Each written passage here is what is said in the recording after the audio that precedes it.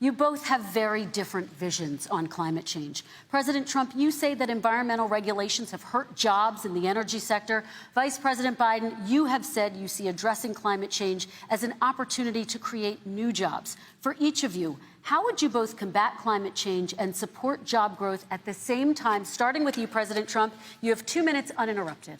So we have the Trillion Trees program. We have so many different programs. I do love the environment, but what I want is the cleanest, crystal clear water, the cleanest air. We have the best, lowest number in carbon emissions, which is a big standard that I notice Obama goes with all the time. Not Joe. I haven't heard Joe use the term because I'm not sure he knows what it represents or means, but I have heard Obama use it. And we have the best carbon emission numbers that we've had in 35 years under this administration. We are working so well with industry, but here's what we can't do. Look at China, how filthy it is. Look at Russia.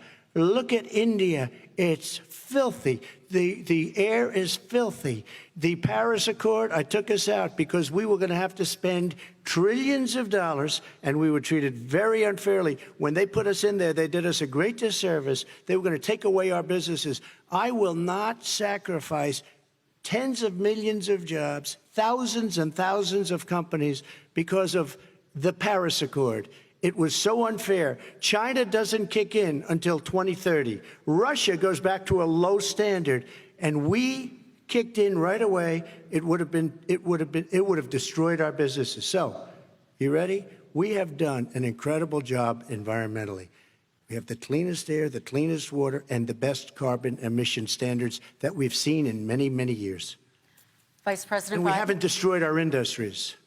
Vice President Biden, 2 minutes to you, uninterrupted. Climate change and climate warming, global warming, is an existential threat to humanity. We have a moral obligation to deal with it.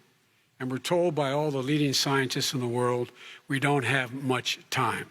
We're going to pass the point of no return within the next 8 to 10 years. 4 more years of this man eliminating all the regulations that were put in by us to clean up the climate, to limit limit of emissions will put us in a position where we're going to be in real trouble. Here's where we have a great opportunity. I was able to get both all the environmental organizations as well as labor, the people worried about jobs, to support my climate plan. Because what it does, it will create millions of new good-paying jobs. We're going to invest in, for example, 50,000 charging stations on our highways so that we can own the electric car market of the future. In the meantime, China is doing that. We're going to be in a position where we're going to see to it that we're going to take 4 million existing buildings and 2 million existing homes and retrofit them so they don't leak as much energy, saving hundreds of millions of barrels of oil in the process and creating significant number of jobs.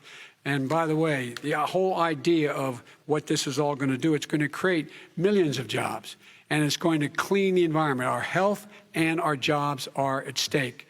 That's what's happening. And right now, by the way, Wall Street firms indicated that my plan will in fact create 18.6 million jobs, 7 million more than his. This is from Wall Street. And I'll create $1 trillion more in economic growth than his proposal does. Not on climate, just on the economy.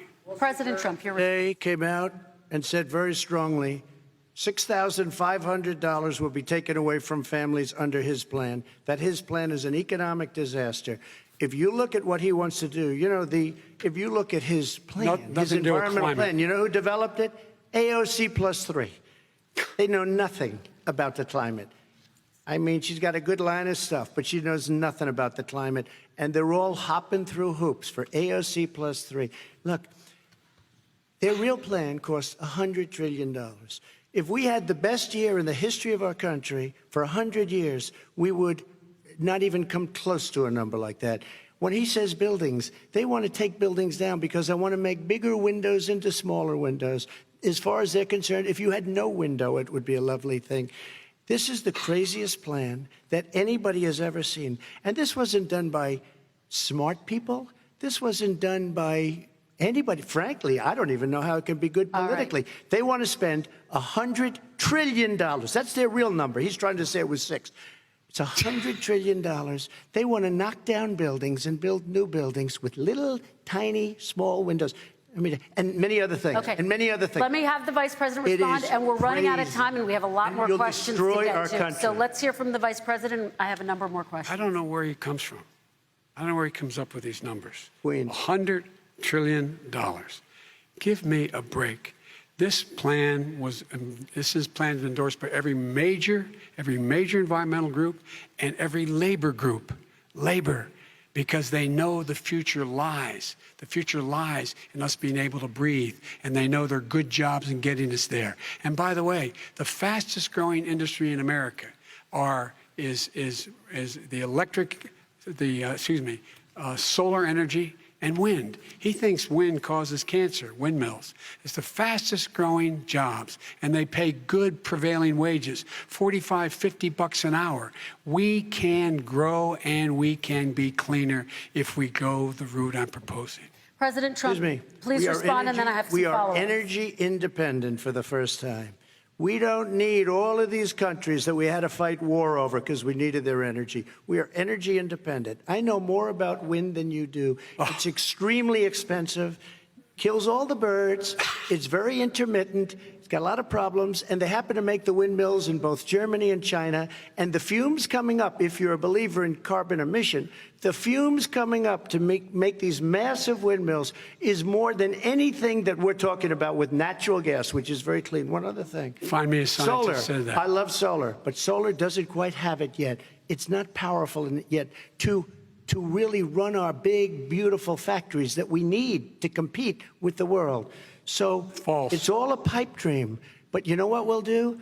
We're going to have the greatest economy in the world. But if you want to kill the All right. economy, get rid of your oil industry. You want, and what about fracking? All right, let me let me allow Vice President Biden to respond. I never said I oppose fracking. You said it on tape. I did. Show the tape. Put it on your website. I'll put it on. Put it on the website. The fact of the matter is Show he's the list. flat lying. Would you rule out banning fracking? I do rule out banning fracking because the answer, we need other industries to transition to get to ultimately a complete zero emissions by 2025. What I will do with fracking over time is make sure that we can capture the emissions from the fracking, capture the emissions from gas. We can do that, and we can do that by investing money in doing it, but it's a transition to that.